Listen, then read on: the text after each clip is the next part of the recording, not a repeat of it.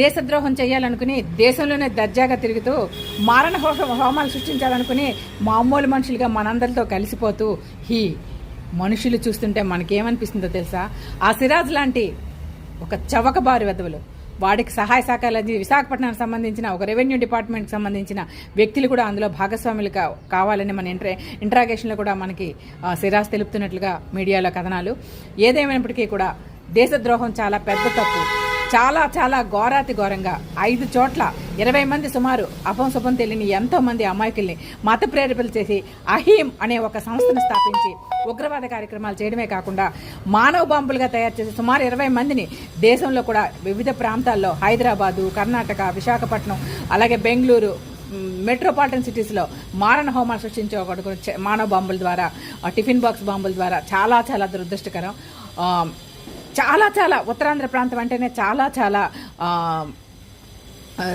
చాలా ప్రశాంతమైన వాతావరణం ఉన్న ప్రాంతం. ఆ ప్రాంతంలోనూ కూడా ఇలాంటి ఉగ్రవాద కార్యక్రమాలు ఈరోజు యువత అంతా కూడా దయచేసి మీరు చేస్తుందేంటో, మీరు ఒక గ్రూప్స్ ప్రిపేర్ అయిన అబ్బాయి గ్రూప్స్ కోసం వెళ్ళి చదువుకోవాలనుకున్న కుర్రోళ్ళు స్నేహితుల ప్రోద్బలంతో ఎలా మారిపోతున్నారు, వాళ్ళు నిరుద్యోగం ఎలాంటి వాళ్ళ జీవితంలోని వారికి అంతంత డబ్బులు సంఘ విద్రోహ శక్తులు దేశాన్ని మాతృభూమిని మారణ హోమం చేయాలనుకుని మాతృభూమిని రక్తతర్పణం చేయాలనుకునే చాలా చాలా మానవతావాద శక్తులు దానికి ప్రయత్నించి అక్కడ దూరం నుంచి ఒమన్ నుంచి కానీ అలాగే సౌదీ నుంచి కానీ చాలా చాలా మనకి యువతనందరికీ కూడా వాళ్ళు ఇది చేసి సుమారు 20 మందిని మానవ బాంబులుగా తయారు చేసి ఈ సిరాజ్ ఇంట్రాగేషన్లో ఈరోజు మనం చూస్తుంటే ఎంత హృదయ విదారకంగా అనిపిస్తుందంటే,